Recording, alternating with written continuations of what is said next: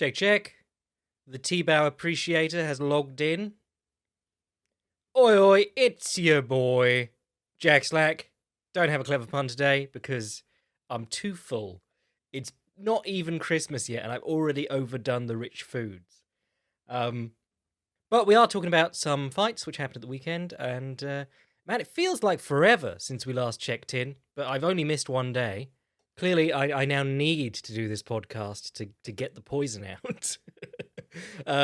But yeah, I've had some ideas stewing since the weekend, and honestly, it wasn't a bad. I thought it was a pretty enjoyable card actually, given that we mentioned it wasn't super strong in terms of names and matchups. The only disappointing part, really, was that it's the last UFC card of the year, and we've still got like 2 weeks until the end of the year.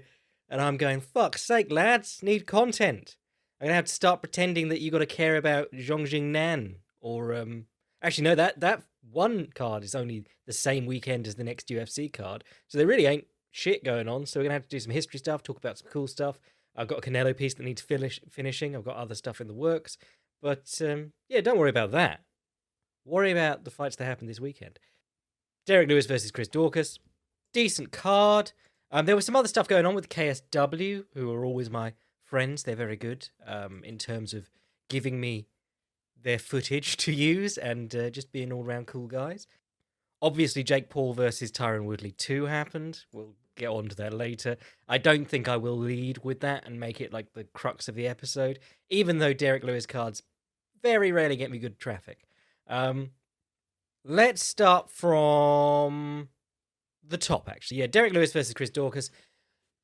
Pretty much what I expected, because Chris Daukus is a young heavyweight, and young heavyweights have to get smashed by old heavyweights, and then they come into their own when they're approaching 40. Honestly, though, one of the highlights of this card was not being super unimpressed with Derek Lewis. A lot of Derek Lewis fights are just like, he gets his ass kicked, then he hits him with a big punch. But this one, I was actually pretty impressed. Daukus, obviously, the thing is that it's hard to drive up the pace on Derek Lewis without leaving yourself open to get hit. And he was trying. He couldn't really get off the combinations as effectively as he normally does. But he did do good work with the calf kick. Lewis is an absolute sucker for the calf kick because he stands quite side on anyway. And he has his knee turned in and he has bad knees. So whether it's the calf kick or the traditional low kick, every time you kick him, it buckles his leg in, takes him out of balance. He can't really hit you back. So guys should just be abusing that. You know, Curtis Blades had great success with it. I think Garn didn't actually do that much with it because he was standing southpaw for most of the fight. But for orthodox fighters, just pound that lead leg against Derek Lewis. But Derek Lewis did his jump up high kick. You know, that like bicycle kick, pump the right knee, throw the left high kick. The thing that he threw 100 times against Mark Hunt and then gassed out and blamed hurting his back. You're like, no, you just gassed out. And if you did hurt your back, why are you throwing jumping high kicks for every strike that you throw?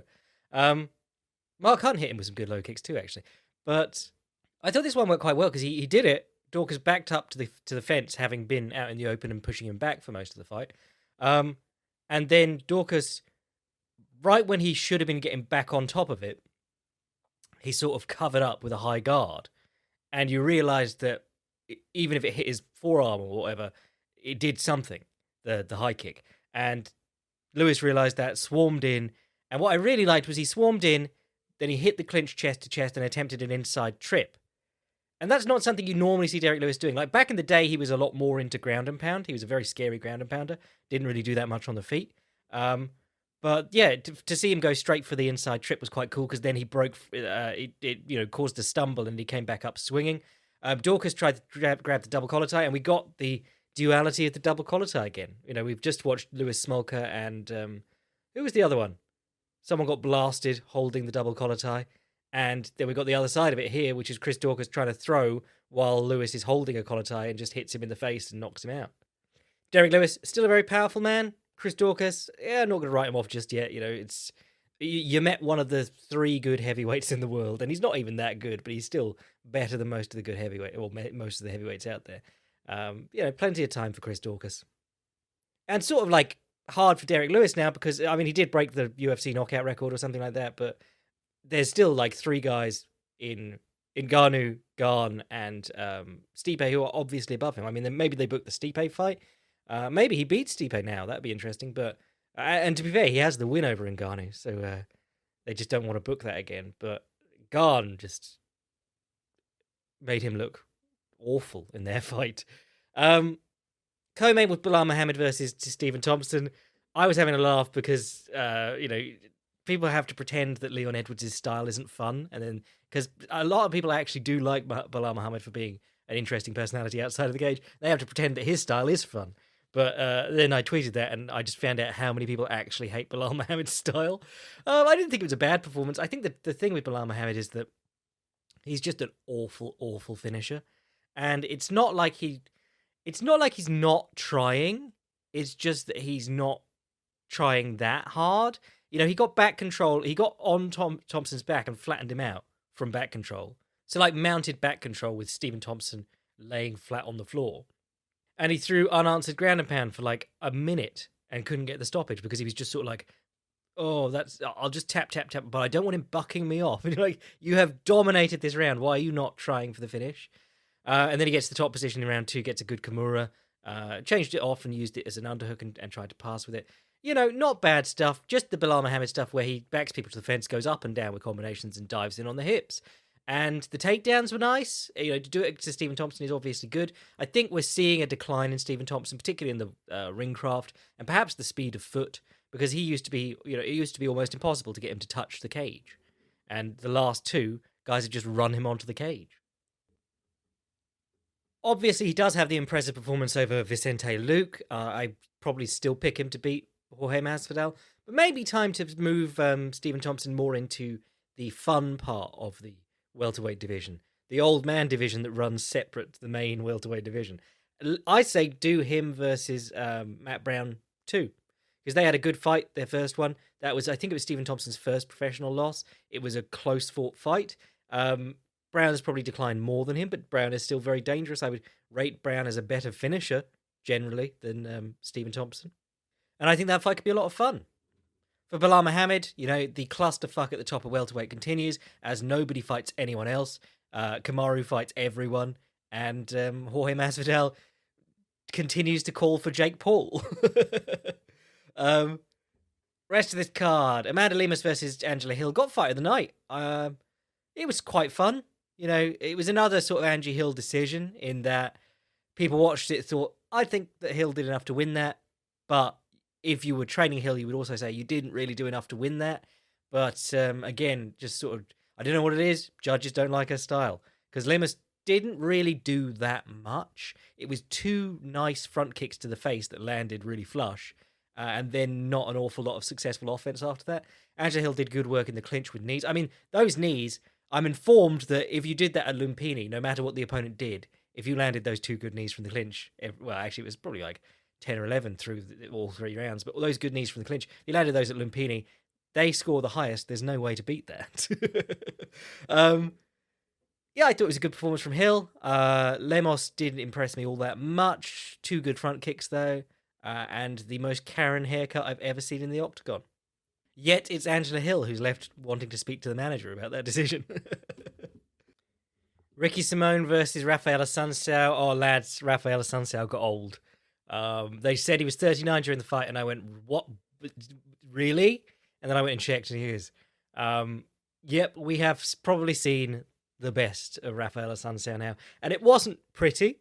It wasn't always, quote-unquote, fun. But it was always successfully frustrating world-class fighters on undercards where nobody would see it. Yeah, I mean, this just makes Cody's 1 win of the last 5 years look worse, doesn't it? But Ricky Simone looked phenomenal. It looked fucking huge. The size of this dude's back, it just taking up the whole camera. It was like when Chris Toyoni sees people grappling and just walks with his back across the front of the camera and blocks out the entire view, and they have to switch to a different camera, which actually happened in this fight, which was fantastic. Chris Toyoni always in the way. But yeah, I loved what Simone did here. We talked about it before. Like, he's quite a square-on fighter. He likes to throw little combinations with his hands. And then he changes levels onto like a short double leg and just gets people off their feet. And he's very powerful doing it. Top game looked decent. And then he just caught Assuncao with a Beautiful right hook across the top of the... It might have been across the top of the jab, might have just been naked, I can't remember. But then Assuncao fell back and a run-up Yoel Romero uppercut as he sat on the fence. Yeah, nasty. Good stoppage. There was another one of those this weekend. I think it was KSW, maybe. It was Kaposa tweeted it. Go find all the Kaposa tweets that I've retweeted or liked, and it'll be in there. But some dude knocked a guy down and basically ran up into the Yoel Romero Luke Rockhold uppercut as he was sort of propped up by the fence. But yeah, good win for Ricky Simone. I couldn't really tell if he's getting better or if he's just, he had difficult skills for Assuncao anyway in terms of the wrestling, and Assuncao's getting slower. I wasn't super blown away by the volume that Ricky Simone was throwing out. But then compared to the Ray Borg fight, where they were just having a slugfest on the feet, that was phenomenal volume from him. I'm lingering on this because I like Ricky Simone.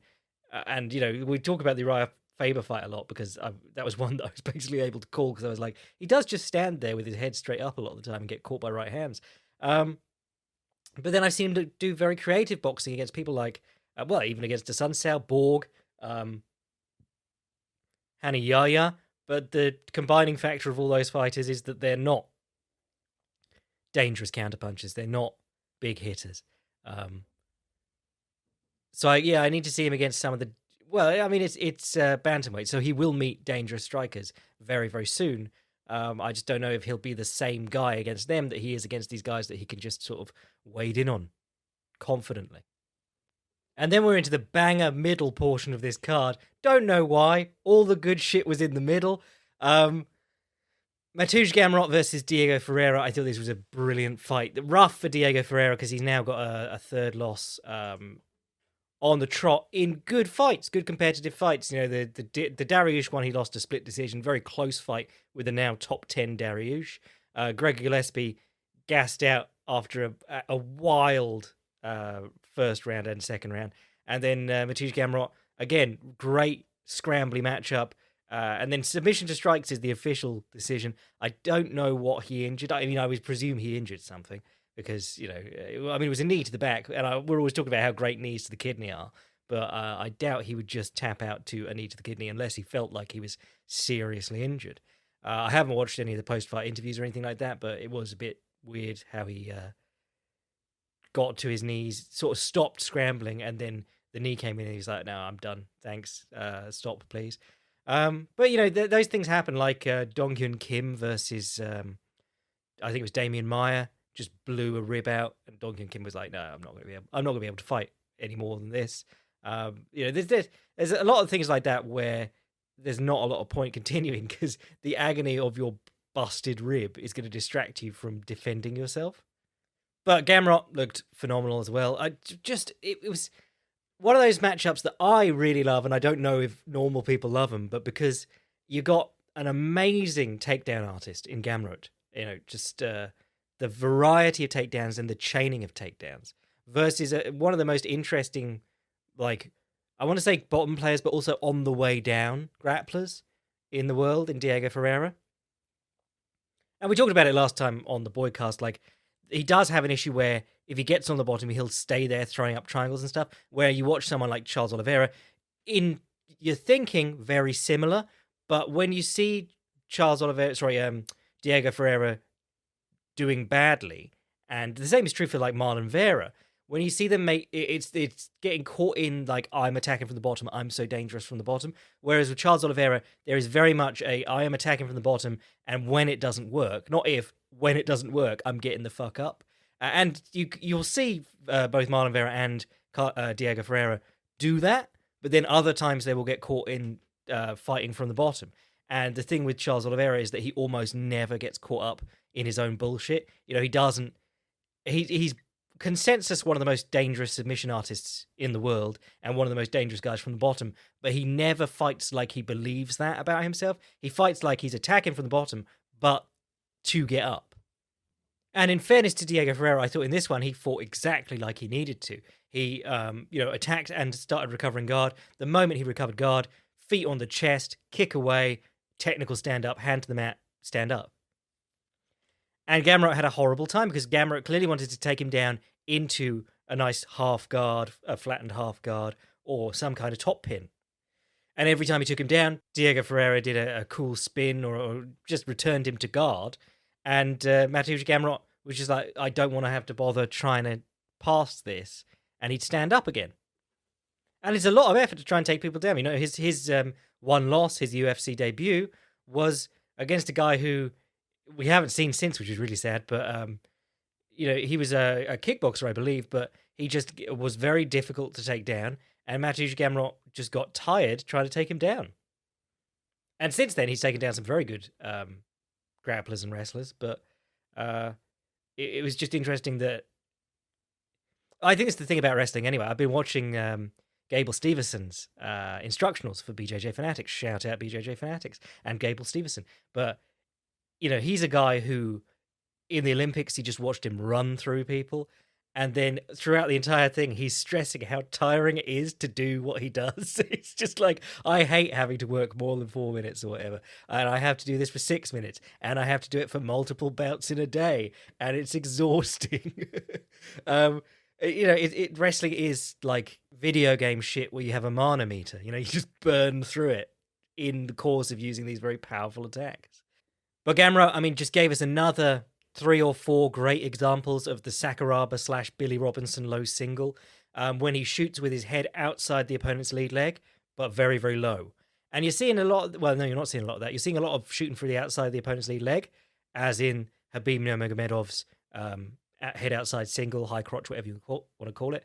Daniel Cormier does the same thing. And the reason is to take your head away from the uppercut and from the flying knee, or just the intercepting knee. You know, go watch the very first exchange of Khabib versus Conor, where he comes out, he head fakes, Conor McGregor jumps into a flying knee, and Khabib's head is on the other side of his body, so he can't hit him. You know, if he'd gone in like for maybe just a straight up double leg, head in the center, he got murked by the flying knee. But he constantly head fakes and then puts his head outside the opponent's lead hip and just picks up the one leg. But Gamrot goes very low, and that's something that Sakuraba used to do back in the day. Billy Robinson used to stress that. Billy Robinson, old catch wrestling coach from the UK, taught Sakuraba when he was a pro wrestler. The pro wrestling, catch wrestling connection is very interesting. I mean, this all links in with stuff that I have written down to do in Sakuraba Part 2. Part 2 is going to be, or is going to be, I will do it eventually, Sakuraba's takedowns, and a lot of them are this head outside low single.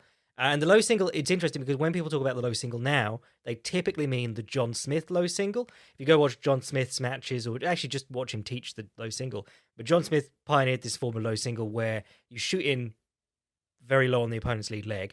You got one hand, you got both hands on the floor, but one hand is posting and the other hand is catching behind the opponent's ankle on their lead leg, and then your head is on the inside of their knee, and it's your head which is pushing their knee outwards. Creating that sort of like buckling, off-balancing effect. And then there's lots of follow-ups because guys turn their knee down and turn away and stuff. But John Smith was very, very good at that. And one of the reasons that he got good at it was because he was good with a high crotch and guys kept pulling their leg back, so he'd shoot across himself and go for the other leg. But if you watch like John Smith's prime matches, he does a lot of shooting from miles out. That's one of the great things about the low single. He's jogging around the mat backwards like Dom Cruz, and he'll just dive in for the opponent's ankle, and if they pull it out of the way, he'll just go to the other one. It's fantastic to watch. But the Sakuraba low single, Billy Robinson low single, the classical low single, you shoot with your head outside the opponent's lead knee rather, and your inside shoulder goes into the inside of their knee, and you use both hands to pull on the leg, and you're buckling it out same way. Very powerful move to buckle the opponent's knee outwards. Which you will see in all kinds of grappling sports and martial arts repeated over and over and over again. Like classical Chinese forms have buckle the knee out movements in. But the important point is that the shoulder goes into the inside of the opponent's knee and buckles it outwards. And Billy Robinson apparently it basically inverted some guy's knee doing this, because you can go on the front of the knee as well. But it's a very cool takedown. You don't see an awful lot of it. And one of the things that I really like about Mateusz Gamrot, or Gamrot, however we're saying it, when compared to Sakuraba, he will shoot in on that takedown and immediately come up and start looking for other things. Like he'll come up high for a double leg, or he'll start standing up and using the body lock to get around behind the opponent. Whereas a lot of Sakuraba, the theme of his takedowns was like he slid in low and it just went down from there. Like if the opponent's leg came out, he was in the turtle. Whereas with Gamrot, he shoots in low and he builds up. The takedowns here were absolutely beautiful. Had a lot of trouble with Ferreira recovering guard. On the feet, it was quite interesting because Ferreira, his best performances, the ones that got him into sort of like top 10 consideration when we were talking about him as like a ranked fighter. I mean, he was like number 7 at one point, but we were all talking about him off. Mairbek ties him off. He beat Rustam Habilov just before that, and then Anthony Pettis after ties him off. So good guys. And he overwhelmed those guys with volume. He was double jabbing, switching stances, shooting straight blows off both stances and both hands, and then firing good straight front snap kicks into the midsection. And the thing is that he hasn't really been able to do that with Beneil Dariush, Gregor Gillespie, and Gamrot because they've all been threatening to take him down. The other thing that you saw is that Gamrot, we talked about it last week on the Boydcast, but not a bad hitter in his own right. Good straight hitter, decent power. Certainly for the weight class, decent power. I mean, a lot of lightweights have can pop, but he's pretty consistently got some pop. If you watched him against Norman Park made his career out of being a decent southpaw boxer. The thinking was that Gamrot was going to try and get him to the ground over and over. Gamrot kept him on the feet, was mean mugging him, beating him up with punches. It was a very surprising performance, and Gamrot's been very solid on the feet since then. What's next for Gamrot? I mean, another ranked opponent. If Diego Ferreira wasn't ranked in the top 10, I can't remember what he is, but definitely ready for good opposition. I mean, the thing is that like the lightweight division is sort of in a tie-up, and it's more active than the welterweight division, but no one has been as active as Gamrot. I think it was like late 2020 he lost that fight in his UFC debut, and he's fought like 3 times in the space of a year and been great in all of them. So I'd like to see him just jump into good opponents. If they were feeling like, if he were Islam Makhachev, they'd be giving him Tony Ferguson with his skill set now. If they liked him that much. If he was Dagestani and they had the Khabib fan base on the hook, they'd be giving him Tony Ferguson and then going straight into a title shot. But anyone he fights, I'm interested in. I think he's got a fantastic skill set for not just MMA generally, but this weight class as well. And I really respect that he had a stumble in his UFC debut, and he's beaten better guys since. He just got straight back in after it. Didn't buy his own bullshit or anything like that. You watch Manel Cape having the trouble that he did because he thought he was one thing, and then he had a tough time in his first UFC fight, and then he just sort of lost it. What he had, the confidence was so much of it. But Gamrot came back in and just immediately said, like, yeah, I was an undefeated prospect. Now I'm a prospect with 1 defeat, but I'm still a pretty exciting prospect. For Diego Ferreira, I suppose, someone who's not already top 15 or about to be top 15, there's plenty of guys in here in that lightweight division underneath that level. One of the things that like is puzzling me about Diego Ferreira is, every time he fights, they tell that story about how he has a 9-hour commute every Monday, and then he stays in wherever it is that Fortis MMA is for 3 days. And then he does the 9-hour commute back down to his hometown, and he trains the rest of his week in, I think it's Pharr, Texas, but he trains the rest of the week in his own academy. And I'm just wondering, like, how much is that helping? Because I often see, like, in his fights, it seems like his corner don't entirely like his style of fighting. They want him to be walking and shit, and he's doing stuff on the ground. Even when he's being successful, it seems like it doesn't. His thing is his own thing, and they're trying to coach him like he's someone else. But I also just I question the value of doing a 9-hour commute twice a week. Anyway, maybe he loves his audiobooks or whatever, and that is chill time for him. But if you're a full-time athlete, well, I mean he's not even full-time because he's got his own academy, so he's teaching stuff. But if you're a full-time competitor, you only get so much downtime anyway, and that's quite important. Recovery is an important part of that. Having stuff to keep you sane is an important part of that. Seeing your family is an important part of that. But I just also don't know how much you get out of going somewhere 3 days a week. I think you'd probably be better off staying in your own academy, bringing in a couple of coaches who, can teach your striking classes or whatever at your academy, but will be your striking coach, / wrestling coach / whatever. I mean, I understand the value of different sparring partners and stuff, and Fortis MMA is getting to be like the new Greg Jacksons. There's a lot of guys there. It just seems like one of those things that a guy would do. I remember reading that Marcelo Garcia used to take a 3 or 4 hour bus ride to get to training, and then 3 or 4 hours back when he was very young. But soon after that, he stopped that. So it's something that you could understand someone doing if they're very young and passionate about something and they don't have the opportunities where they are. But this guy has been competing forever. He knows his own game. He knows himself now. I'm not saying be your own head coach, but I am saying what value is there? I don't believe Fortis MMA are doing that much for him in 3 days a week, that he should be driving 18 hours a week there and back. It just seems like a weird story that maybe he's quite proud of, but it just reads like that's a silly thing to do. You could be doing better things than that. It's not quite up there with Tony Kelly taking a 23-hour drive instead of a 2-hour flight the other week because they wanted him to wear a mask on the flight. And you're like, who are you owning there? I don't understand. If you go on a flight and they ask you to wear a mask, order a drink, which you will probably do anyway at some point, and then they won't make you wear your mask because you're drinking your drink. Yeah, it's a silly rule, but there's quite easy ways around it. And then he got to the UFC, and they're all making them wear masks at the hotel anyway. So just what was the point? You did a throw. I mean, he did win his fight, so you can't laugh at him that hard. But a 23-hour drive, just no thanks. Especially on American roads. My experience driving in America, firstly, got an automatic. In Europe and the UK, we all drive manuals. So that was really boring. And then the roads are all incredibly wide and straight. So you're just driving in a straight line for most of the time, ready to drift off at any point. Into sleep, not off the road. But then obviously off the road after you've fallen asleep. Meanwhile, in the UK, you're just bombing down country lanes. Hedges, 9 feet high on both sides. Can't see shit coming around the corner. And that's being alive. Anyway, I don't know how I got onto driving in the UK. Cub Swanson versus Darren Elkins. This was it's sad to see Darren Elkins lose, but it's always good to see Cub Swanson win. Cub Swanson, friend of the podcast. Cub Swanson, reader of slacky articles. And it was good to see him pick up the win. I thought he looked really very sharp here. Did get dinged a couple of times, but Darren Elkins is not a hitter. And the way Darren Elkins was connecting was like the inside, he'd swing a big overhand, and the inside, his thumb would hit the side of Swanson's head, and then the rest of his arm would lock out, and it looked like he was hurting his elbow every time he did it. Not a very comfortable striker. But Swanson was hands low. When the takedown attempt came, he dug his underhooks, shucked him off, did some good jabbing, got Elkins to jab with him by lowering his hands, and then slip jabbed him, or dip jabbed, whatever you want to call it.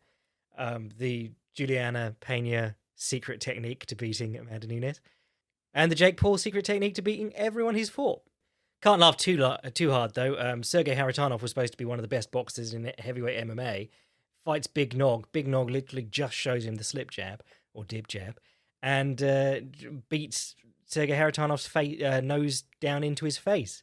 And that's the fight that everyone used to point to and go, well, Big Nog has trained with the Cuban Olympic boxing team. He's got world-class hands. And you go, no, he's got one thing, and it just kept working because Sergey Haritonov didn't change anything. But anyway, Cubs going back and forward, southpaw and orthodox. There was a beautiful moment where, it immediately preceded the knockout. But he goes southpaw against Elkins, who's orthodox. He shoots a left straight while sliding down the side of Elkins, and he doubles it up to do like that little down-the-side darty thing that John Dodson does, just pump double left straights and run past. And he does it. He doubles the left straight, and then he immediately pushes off his front foot and reverses direction, moonwalks out of the dart, and Elkins swings at where he thinks Swanson's going to be and misses by a mile. It was ice cold, cooler than a polar bear's toenail. Oh, hell, there I go again.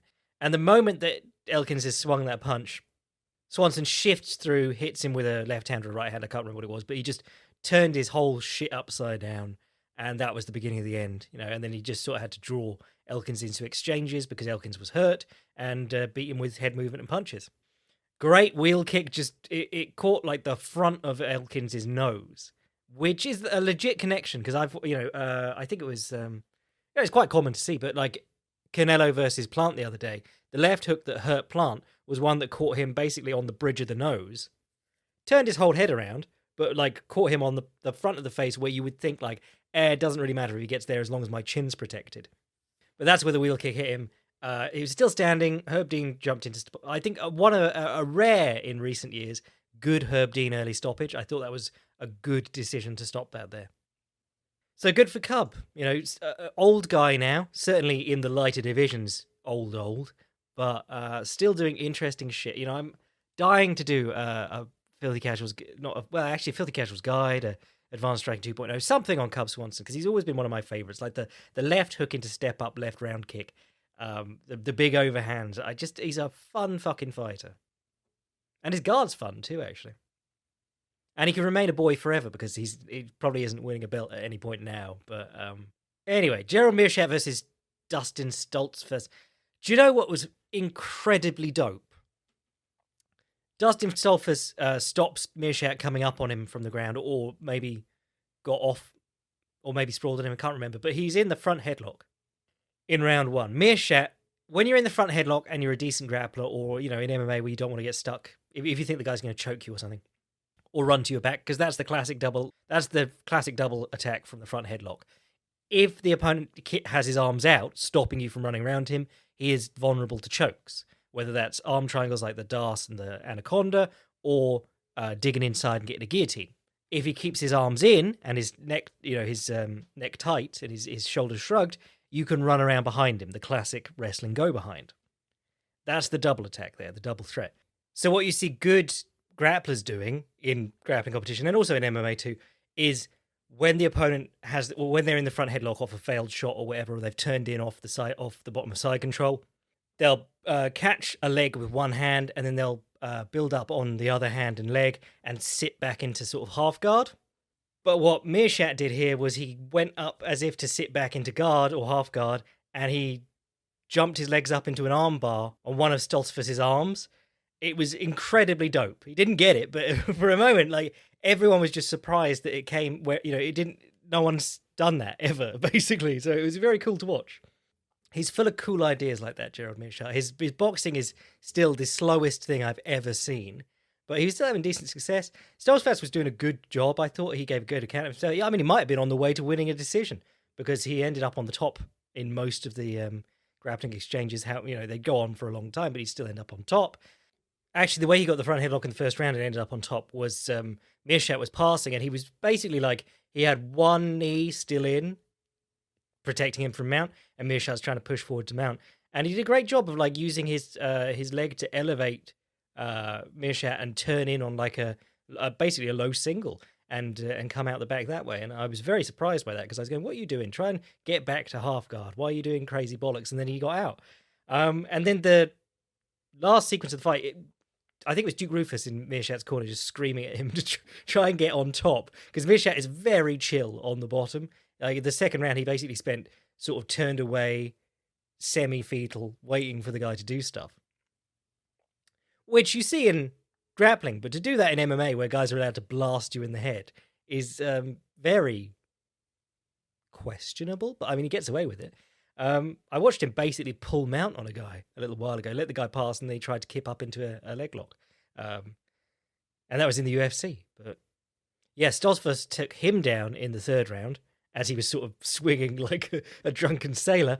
And it was really interesting, because what I noticed in this fight was, I mean, something I'm working on myself, is when escaping, just chaining them back to back, because it's so hard to do when escapes are failing, to keep turning back in to try a different one. One of my favorites that Josh Barnett used to do is to try the elbow escape, the Marcelo Garcia elbow escape, and then turn back in for the underhook. And he did that to Daniel Cormier and various other good grapplers, and that's one of my faves. But in this one, like, Meerschaert's on the bottom of side control. His inside arm goes underneath the guy. He tries to do that spinning ghost escape that almost never works. But because it doesn't work, it allows him to turn back in and get to his knees. And then the guy, Stoltzfus, runs around to his back. This guy, Stoltzfus, he runs around to his back and tries to jump on him as he's quad-podding up, and just goes straight over the top of him. And Meerschaert ends up on top.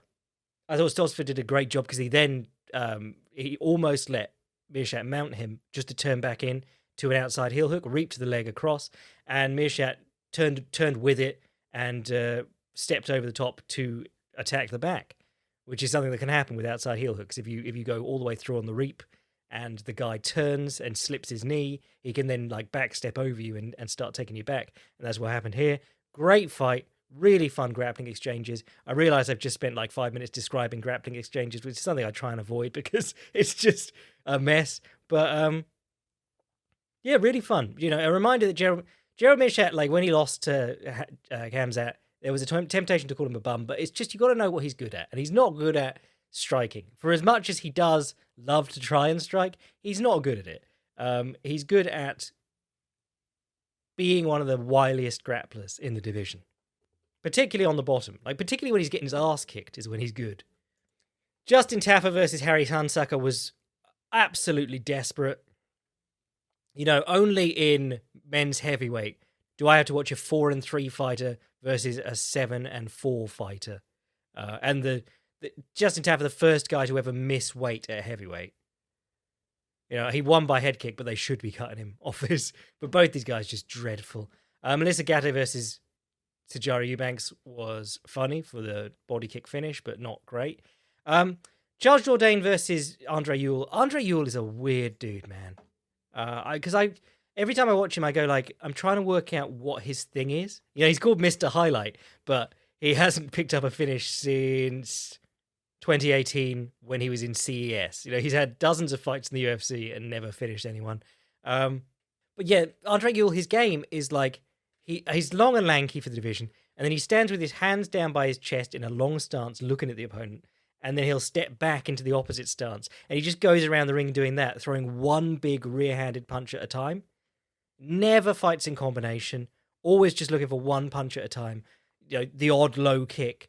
And you're just going like, what is this accomplishing? And he very rarely pursues takedowns or anything like that. I don't know what his thing is. I think maybe he works in a gym where he's comfortable as like the best physical talent there. So he can just do one punch at a time and bang people out. But yeah, his UFC run has just been him like staring at people, throwing one punch at a time. And then all it took was Charles Jourdain to punch in combination, because Ewell might hit him with a good counter as he came in, but then he'd continue the exchange and get the better of him. And the third round was just him beating on, or the end of the third round at least, was just him beating on Ewell. And, you know, Ewell clearly has a great chin, can take a shot. So yeah, it's just a bizarre fighting style that he's trying to operate, which doesn't have many upsides. As evidenced by the fact that he hasn't, like, he stands there looking at people trying to land one good counterpunch, hasn't knocked anyone out. Just a fighting style with a lack of introspection, I think. Charles Jourdain was fun, though. I mean, actually, it wasn't a bad fight. It was just, like, maddening decision-making. Do you know what wasn't a bad fight, and I really expected it to be a bad fight? Macy Chiasson versus Raquel Pennington. Because they said before the fight, we're now moving it up to featherweight. And I was like, oh, I just didn't think this fight could get any better, and now you've made it featherweight. But Raquel Pennington, you know, has this lifelong ability to make fights boring by 1-2ing her way into a clinch and then insisting that the other person is trying to wrestle her. She's like taking double underhooks, pushing people to the fence, and then she gets on the mic afterwards and goes, oh, I'm sorry, it was a boring fight. These people keep trying to wrestle me. But this is what they came out and they banged. It was good fun. You know, it's actually quite fun watching Raquel Pennington because she's normally, you know, fighting like bantamweight and often the taller person, or at least, you know, the same size as her opponent. Macy Chiasson actually a good bit taller than her. So it was fun watching her try and enter on Macy Chiasson. So what she'd do is like she'd throw a body kick or a kick on the arms or even a high kick, and then Chiasson would come back with punches and she'd duck under and try and get in, and she hit the body well a few times. The end was a knee to the body that made Chiasson basically panic wrestle and grab a double leg, and Pennington guillotine choked her. And is that, when did Pennington last finish someone? Wow, Jessica Andrade back in 2015. Fucking hell, she's been around forever. Yeah, generally not a fun fighter, but this was a fun fight, so respect. Dontel Mays versus Josh Parisian. Do you know what? Dontel Mays, I think it was his fight against, was it Nascimento? Hold on, I'm going to look it up now. It was the one after Garn. Yeah, Nascimento. I thought he looked really good in that one, and then he just lost. He was doing great, and then he got rear naked choked in round 2. And I was going, Dan, that's, you know, it was just continuing that theme of like, even if a heavyweight shows you some like strategic or technical or tactical or technical ability, they'll immediately lose and just hammer home that this division is just crap all round. But in this one, I think he took a year off or something like that. But this one, he just looked great. He was always making fairly decent decisions on the feet, but his wrestling looked good in this one. Every time he got Parisian down in all fours, he'd like tilt him off to the side and try and get a control to take the back. Worked effectively from the top, humped his head into the ground in round 2. And the takedowns were really nice. Like he did sort of lose control of Parisian at points, and Parisian would get back up, but then he'd just take him down again. He had him in a body lock along the fence, and Parisian tried to use his leg to create distance, like you would in a in a Muay Thai situation. Tried to frame off him with his leg, and Dante Mays just dived under him and did like a dope ass suplex to throw him to the floor. And he got finished with elbows from the crucifix because, especially at heavyweight, but anywhere, elbows from the crucifix generally don't really have a lot of stank on them, particularly late in fights, because it is just your shoulder, really, doing the movement, and your shoulder's not a particularly powerful joint or series of muscles. But the rule is intelligent defense. If you can't stop the person from elbowing you in the face, they have to stop the fight. And to be fair, these did look, some of them look like they hurt because these are heavyweights. But just such a shit position to have to try and fight out of. And then the opener of the night was Jordan Levitt versus Matt Sales. I said Jordan Levitt's wonderfully weird. He hit me up a day later being like, thanks, I've been reading your articles for a decade.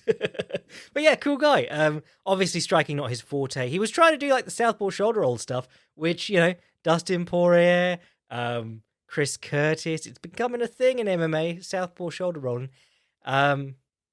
But his grappling was a really interesting one in this one because he'd do it with his back to the fence and then he'd shoot in on Sales. Sales would down block him, sprawl, be in the front headlock, and Jordan Levitt would, the hand that was, or the arm that was on his neck, he'd just grab the elbow and pull it as deep as possible, which, if you're rolling at some point in the next couple of weeks, try this. I mean, it works from the back too.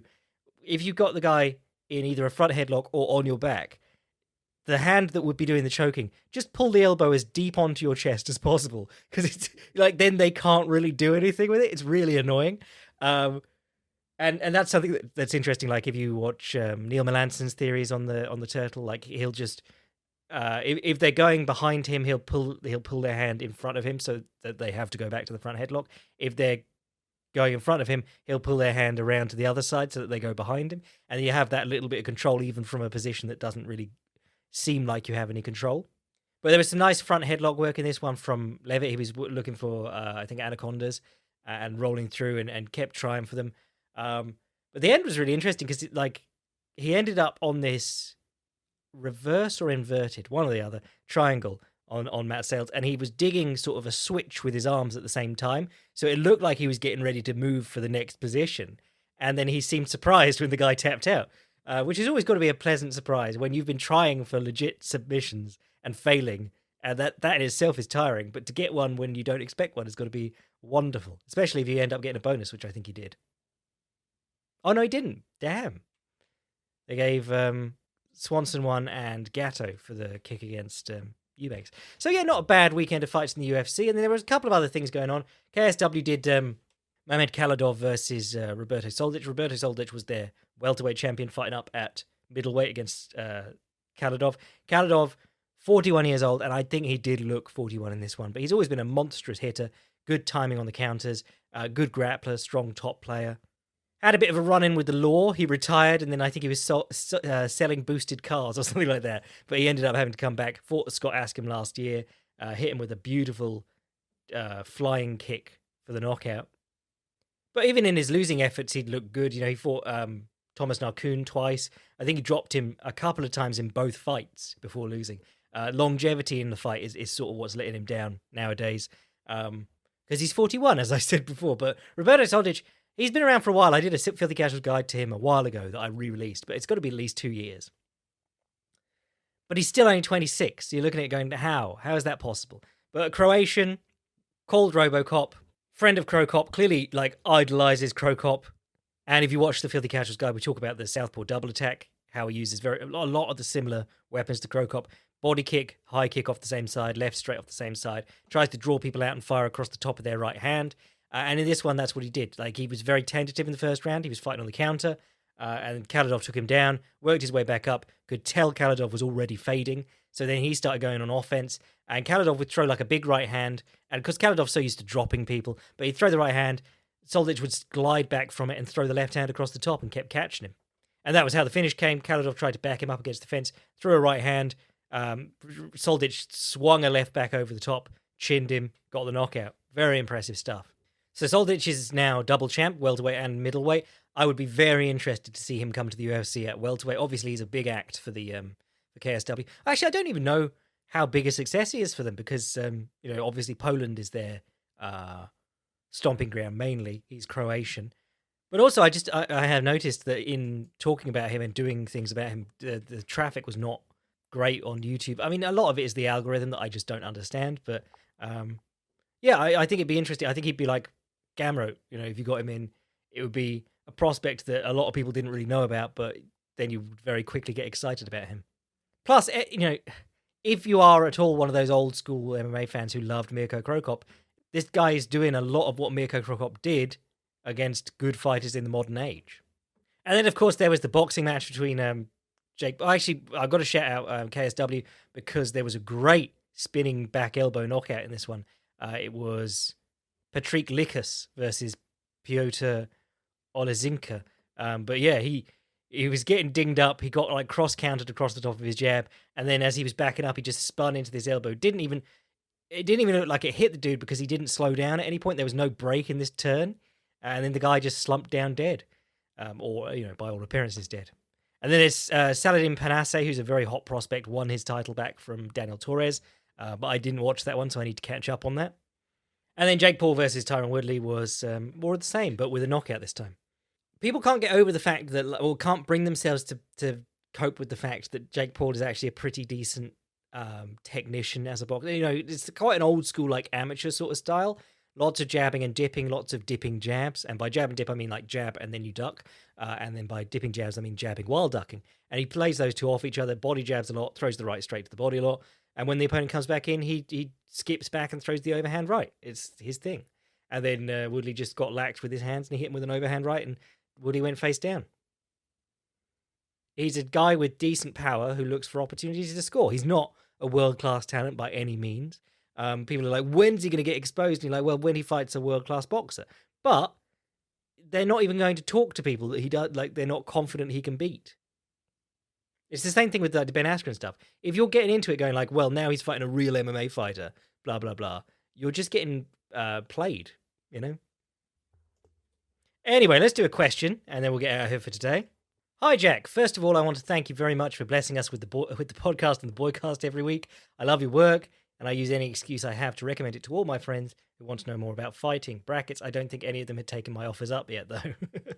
My question, do you think that to some degree throwing a punch is more instinctual to humans than grappling?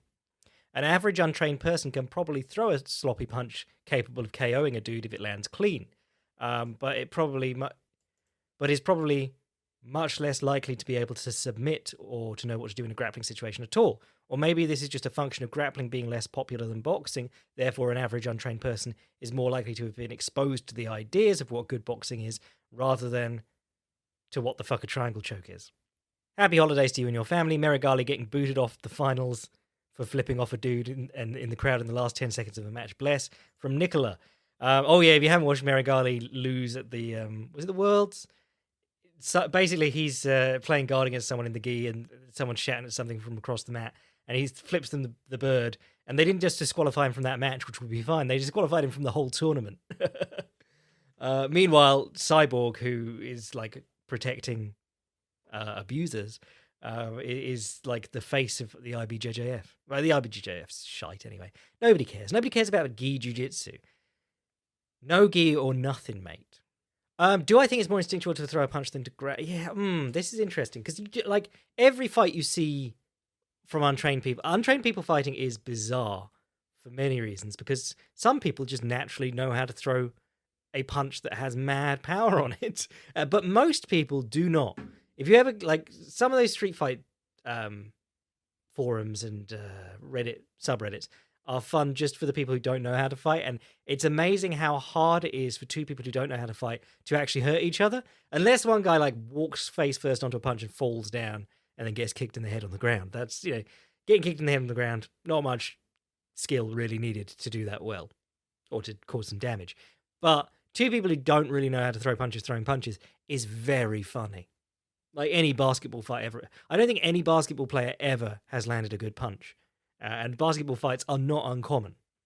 Or baseball. You occasionally see shots of like guys throwing punches in baseball where they're like swinging their arm like they would throw a baseball. And you're like, if that connects, you're going to blow out your shoulder. I don't think punching is particularly natural at all. I think the hammer fist is probably the most natural thing for most people. Connecting with the front of the fist is not at all comfortable to begin with. And if you aren't hitting things regularly, you're not going to be able to punch things without like breaking your hand.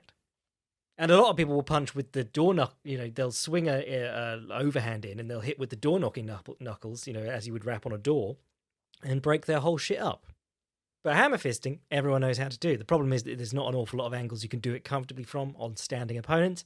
But if you watch two women fight, if you watch a couple of hood rats fight, it's always anchor with one hand on the shirt or on the hair, and then they hammer fist the face or the head with the other, which is the least technically correct way to fight. But anchor and hit is basically the standard human action. And then if both people try and anchor by a collar or whatever, or by your t-shirt or by your hair, that's when you end up in a grappling exchange, typically in untrained fights. And anchor and hit is something that's quite interesting because I used to train it a lot, training with like traditional JKA karateka and things like that, because a lot of them used to love grabbing the lapel and then reverse punching the head and body for the, it's points, but back in those days, it was like no gloves and guys get hit in the face all the time.